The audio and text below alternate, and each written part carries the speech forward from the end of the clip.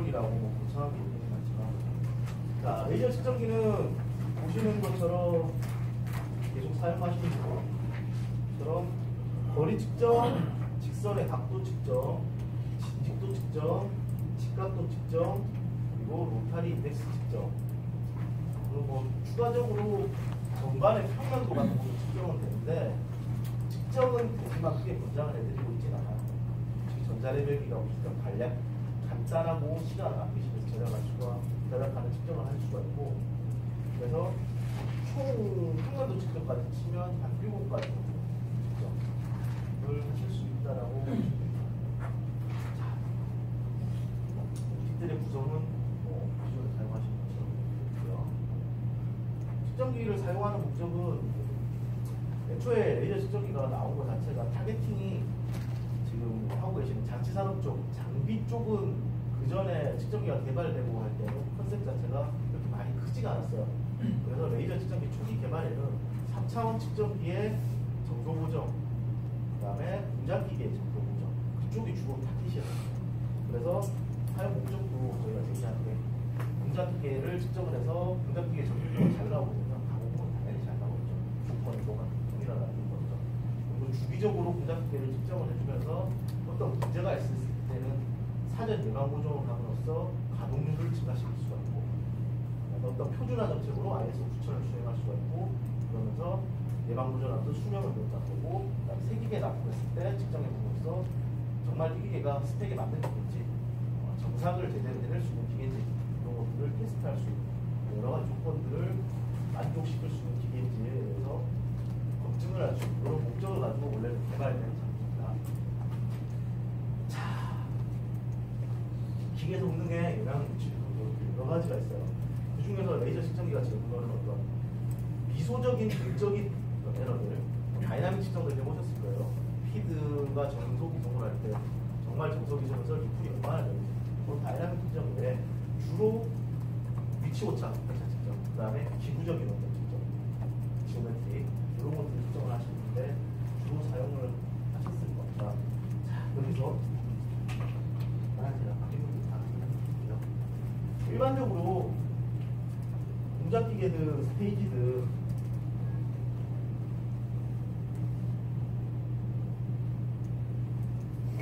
이렇게 대부분 다 3축으로 이루어졌죠. 그러실까요?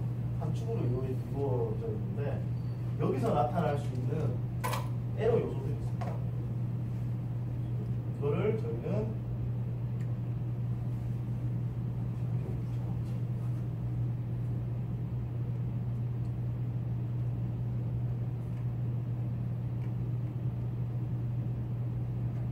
자유도라고 명명을 합니다. 자유도라고 명칭을 하는데, 그 자유도가 굉장히 많습니다. 생각보다.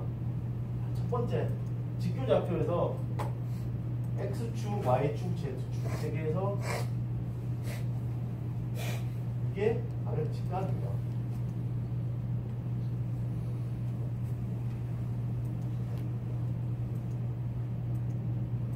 이게 이제 세 가지가 되죠.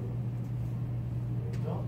그 다음에 각각의 축이 이송함에 있어서 과연 제대로 가는지, X축이 X축 방향으로 이송을 할 때 100가라 그랬을 때 100을 가는지, 100을 가는지, 그거에 따라 리니어 오차라고 저희는 말씀을 안 했죠. 각각 축에 대한 거리 오차 3개. 자, 그 다음에 X축의 상하에 대한 진직도 오차, 또 좌우에 대한 진직도 오차, 그런 것들이 또 발생하는 거죠. 각 축에. 이게 각 축에 2개씩 해서 총 6개가 됩니다.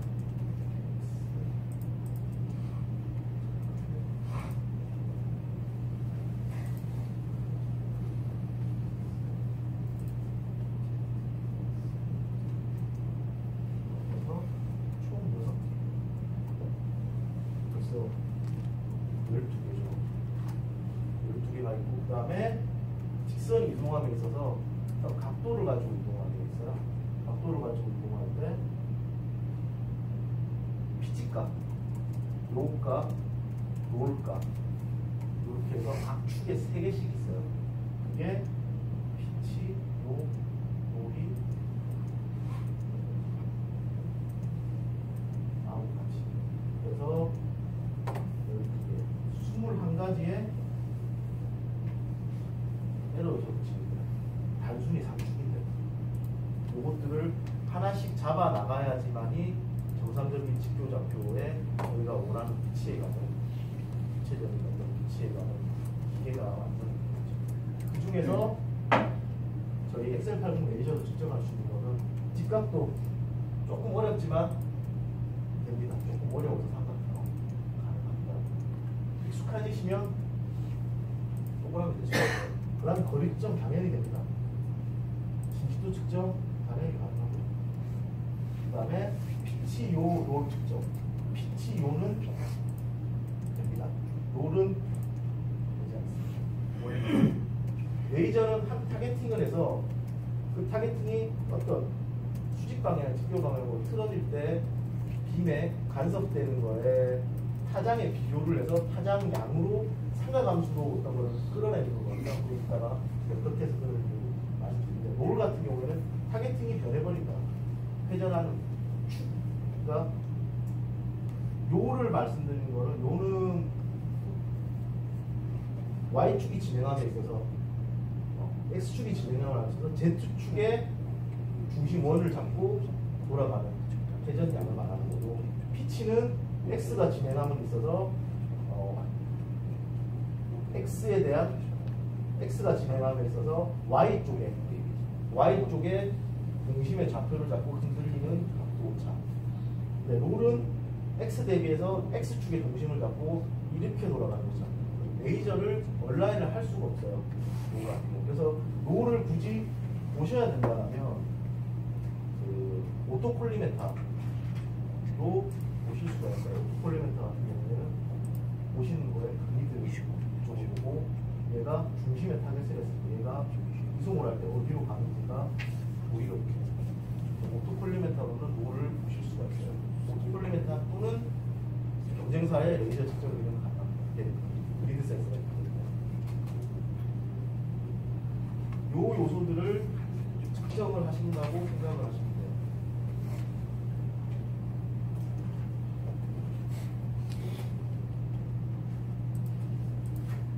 공장주객들이 아까 레이저 소개할 때 말씀드렸던 그 결과하고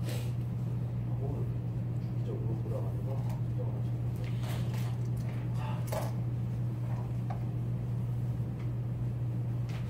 레이저 측정기를 쓰시면서 레이저랑 빛이 왜 발생이 되는지 궁금하셨던 분 계세요? 또는 아시는 좀 리액션을 해주셔야지 자, 레이저라는 거가 발생하는 논을 최초로 발견한 사람은 여러분들이 잘 아시는 양반입니다. 아인슈타인입니다. 아인슈타인이 레이저가 발생하는 이론 자체를 처음으로 확립을 했습니다. 자, 이건 조금 재미없으실 수도 있어요. 근데 하시면 어디 가서 아는 척 하시기 좋아요. 저희가 원자가 구성이 되면 핵이 있고 전자가 주변을 돌게 되죠. 1005비탈에서는 전자 2개가 돌아갑니다. 이게 2개가 있으면 헬륨이 될 거고, 하나가 있으면 수소가 될 거고, 그런 식으로 돌아가죠. 돌아가는데 저희 거는 헬륨 네온입니다. 헬륨 네온 둘 다 안정한 기체죠. 되게 안정한 기체예요. 헬륨 네온 안정한 기체. 안정한 기체에다가 에너지를 때려 넣습니다. 에너지를 막 때려 넣어요. 때려 넣으면 전자가 에너지를 받아서 325비탈로 내가 미쳐가지고 들떠서, 그러니까 용어는 들뜬 상태라는 뜻이 있어요. 에너지를 막 받으니까 기분이 좋아서 들떠서 여기로 올라가는 거죠. 와, 올라간다, 기분 좋다 이러면서 올라가요. 올라갔는데 이거를 가만히 놔두면 에너지가 빠지면서 쭉 떨어집니다. 이때 열이 발생합니다. 천천히 에너지 주기가 떨어질 때 열이라는 에너지로 이걸 발산하면서 나오게 됩니다. 근데 에너지를 지속적으로 주면 얘가 오비탈에 머물러 있지 않고 전자들이 떠돌아다니는 걸로 생기게 돼요.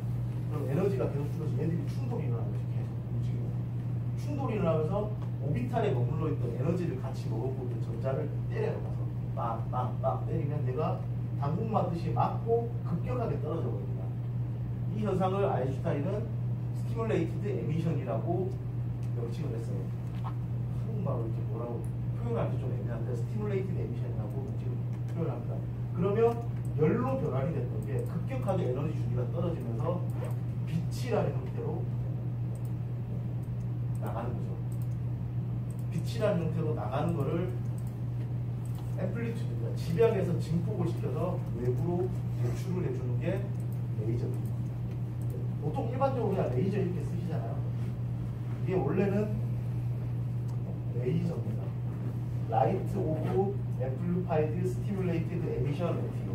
Stimulated Emission Ratio에 대해서 증폭된 빛이라는 뜻이고 원래 야광 편입니다.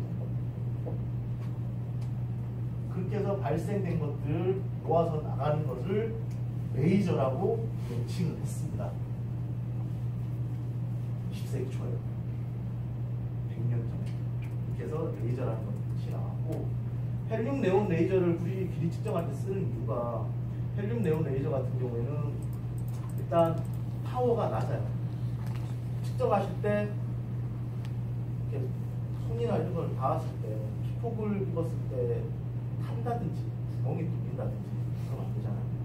그래서 에너지 주기가 낮고 그러니까 헬륨 네온 같은 경우는 아까 말씀드렸다시피 1준이거든요. 떨어지는 에너지 자체가 굉장히 낮아요.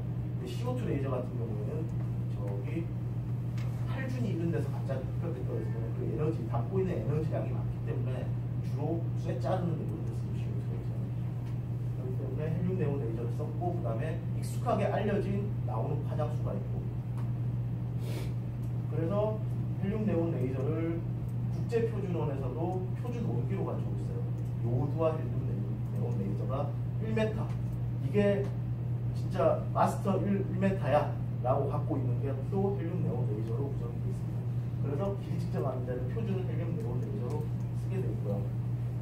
자, 그러면 뭐 에너지 주기가 어떻게 됐든지 그게 돼서 레이저 길이 나오는데 우리가 쓰는 엑셀 발목은 어떻게 돼 있느냐? 아까 말씀드린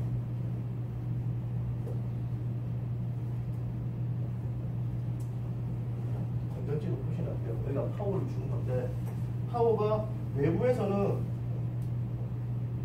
24V가 들어갑니다. 아시겠지만 그 뒤에 아답터 붙는 거 24V 1.5A밖에 안 됩니다. 24V가 들어가서 내부에서 마볼트로 승합을 합니다.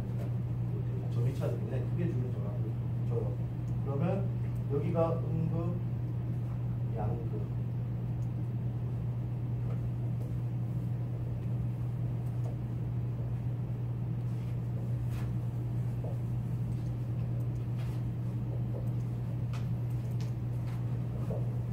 여기다가 전압을 보내고 이 안에 헬륨 네온 나가다가 산재에 있는 에너지를 막 받는 거거든요. 그 에너지 받는 거에 따라서 코일도 있습니다. 얘가 열을 어느 정도 같이 주어져야 되기 때문에 그랬을 때 그러면 이제 전자들이 막 돌아다니면서 빛이 여기서 막 올 거예요. 빛이.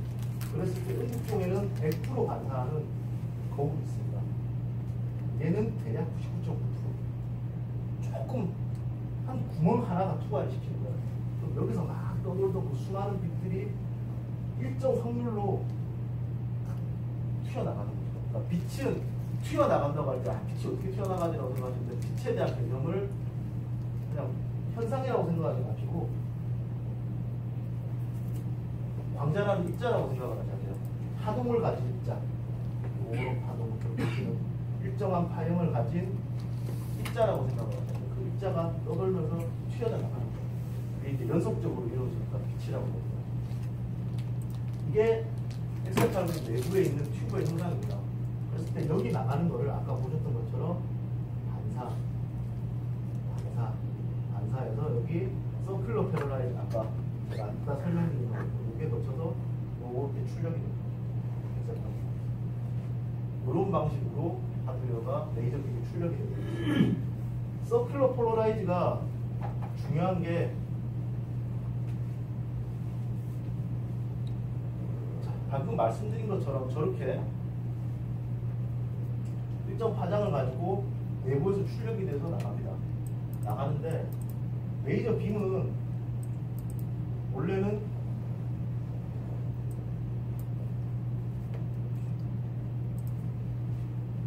이렇게 이제 나가고 있을 거예요. 그때 서큘러 폴러라이즈를 만나게 되면 얘가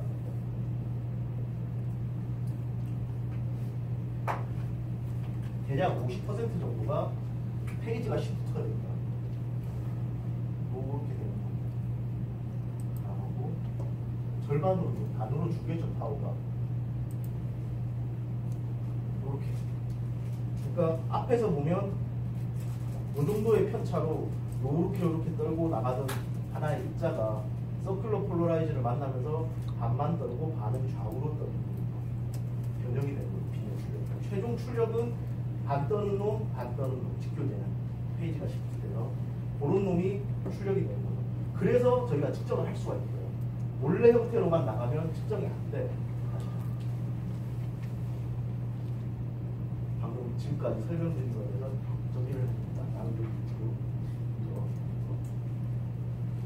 제가 설명한 거를 듣고 이걸 보시면 아 이게 왜 이름을 그대로 배우는지 아실 거예요. 이렇게 두 개로 갈라지기 때문에 거리 측정하시는 옵틱이 있습니다. 아마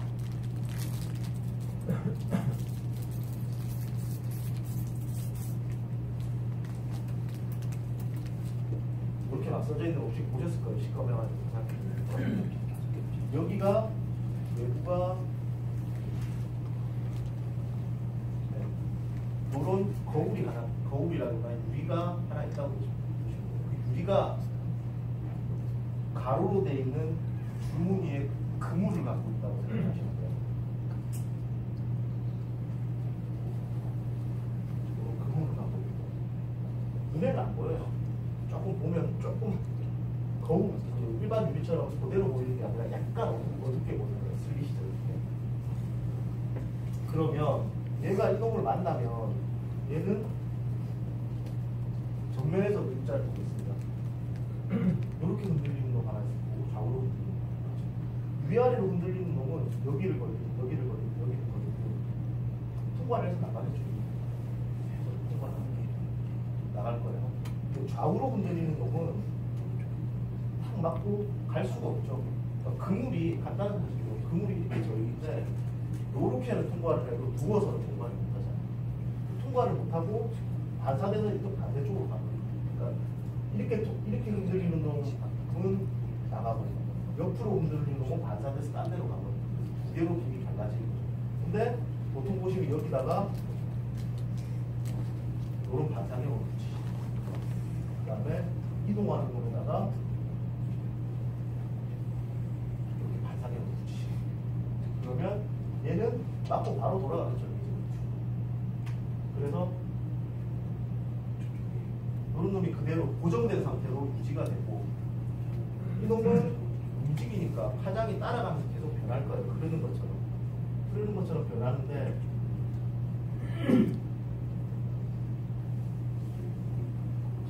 서큘러 폴러라이즈에서 다시 이제 합쳐지겠죠. 나갈 때는 갈라지는데 돌아올 때는 다시 시프트 되는 게 다시 합쳐지거든요. 합쳐지는데 하나는 고정이고 하나는 계속 움직이니까 그 움직이는 중에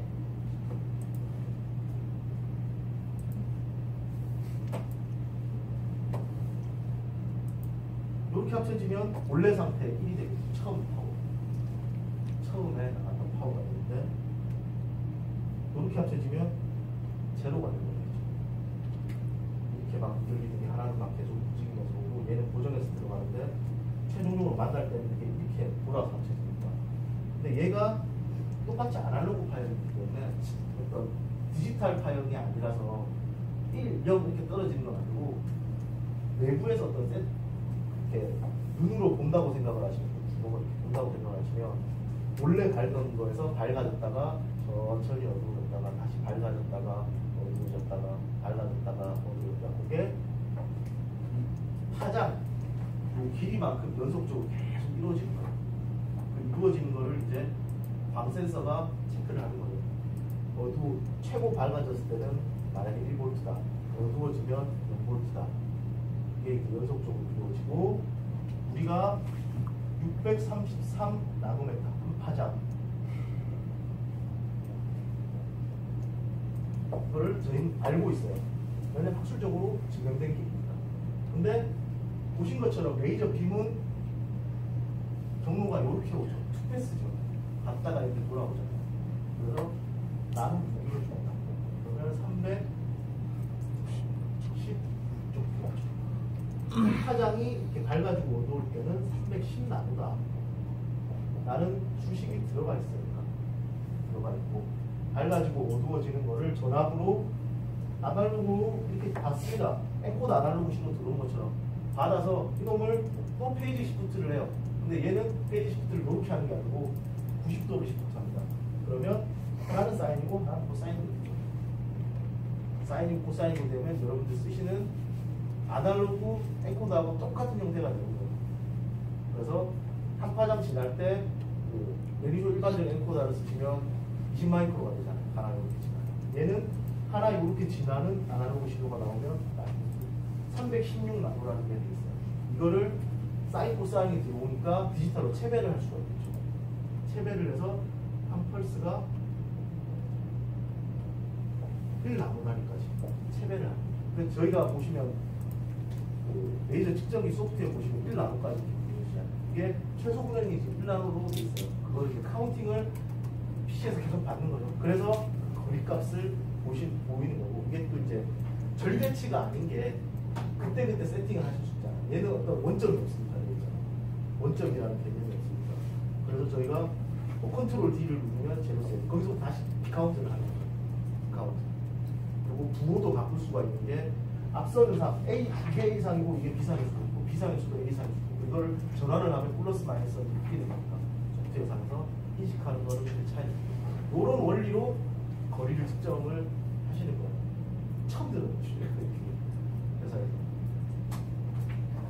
주로 제가 교육을 가면 예전에는 이론 교육을 한 2시간 정도 하고 교육을 했는데 다들 뭐 바쁘셔가지고 빨리 측정하고 내일부터 측정해야 된다.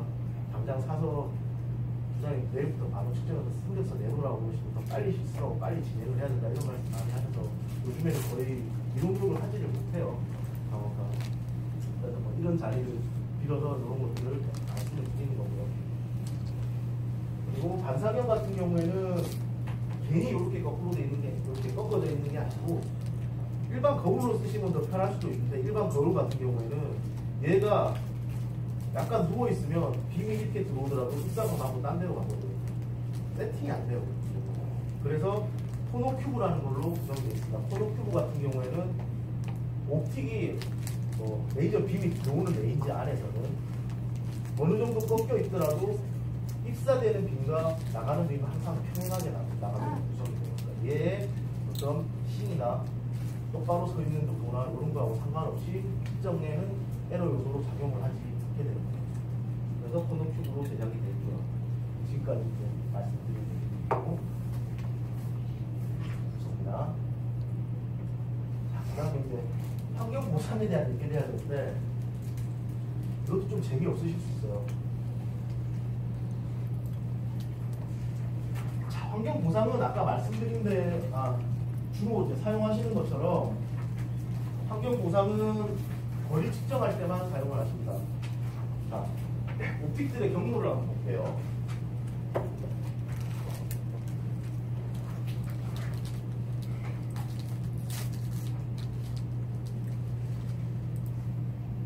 앵귤러 옵틱 빔이 두 개로 갈라지긴 하는데 다 비슷한 위치에 노출돼요. 같은 비슷한 환경. 진직도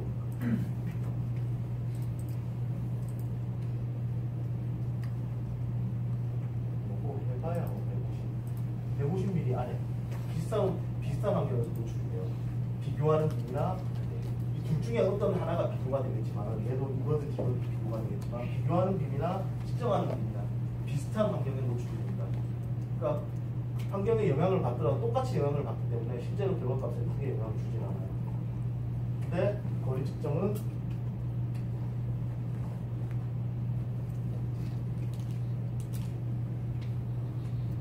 한놈을 아예 노출 안 됩니다. 안에서 놀다가 들어가고 하나만 노출되고 이놈에 대한 필터를 고정하기 위한 레이저 빔 전체가 노출돼요. 하나는 그냥 시간에 맞다가 여기서 이제 합쳐지니까 여기서는 합쳐지는 빔이니까 크게 상관없어요.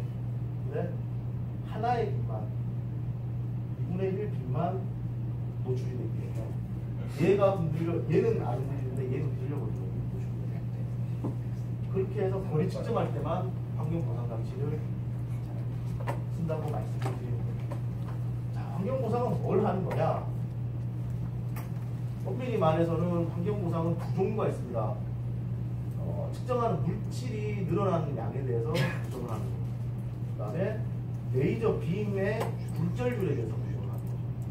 그러니까 뭐 좀 쉽게 이해시켜 드리려고 딴 분들 말씀을 하실 때 레이저 파장 부정을 한다고 하는데 레이저 파장은 어떤 환경이든 변하지는 않습니다. 변하지는 않는데 대기 중에 나오면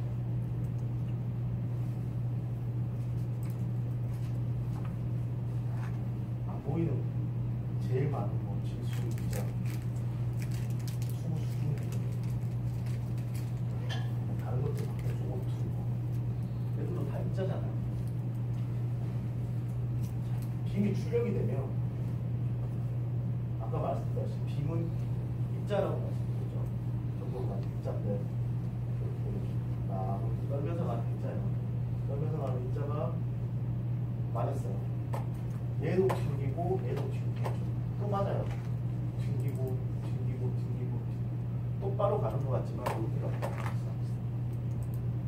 대기 중에서 진공이 아닌 대기 중에서 그러면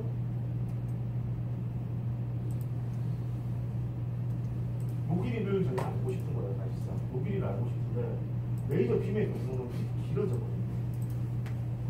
길어지는 경로를 똑바로 가는 것처럼 똑바로 간 거리로 환산하기 위해서 환경 보상을 한다고 생각합니다. 그래서 온도, 대기 온도는 왜 하느냐?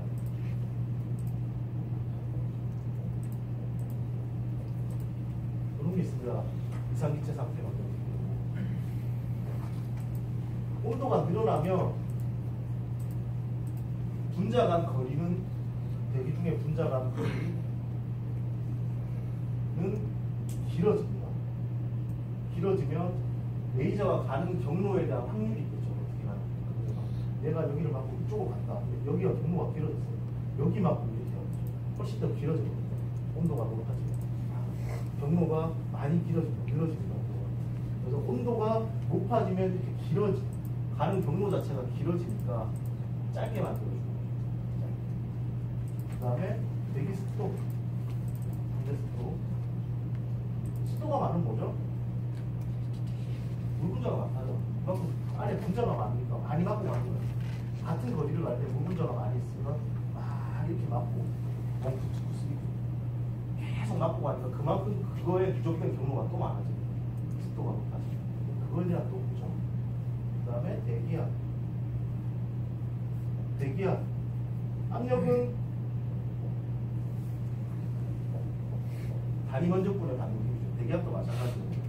대기압이 높으면 단위 면적당 있는 분자량이 많다는 겁니다. 그러면 그만큼 분자가 많으니까 경로가 길어지겠죠. 이런 것들에 대해서 경로 보상을 합니다. 이 세 개 때문에. 그 다음에 물질 온도 보상은 간단하게 생각하시면 돼요. 물질은 다 늘어납니다. 20도 기준에서. 스틸은 대략 11.7 ppm, 알루미늄은 21.8 ppm, 뭐 글라스는 7.8에서 8 ppm. 대략 주로 많이 쓰시는 분들입니다. ppm이 뭐냐 그러면 파트 퍼 밀리언입니다. 1m 기준 높이 기준으로 100만 분의 11.7이니까 11.7 마이크로라고 보시면 돼요. 100만 불의 거리에서. 그러니까 1도 변할 때 20도 기준에서 20도 했을 때 1m의 스틸 판봉이 21도가 되면 1m 플러스 11.7이 된다는 거예요. 마이크로. 그럼 19가 되면 얼마가 되느냐? 990. 하여튼 뭐 이렇게 단수가 약해가지고 이렇게 줄어들고 늘어나고 20도 기준.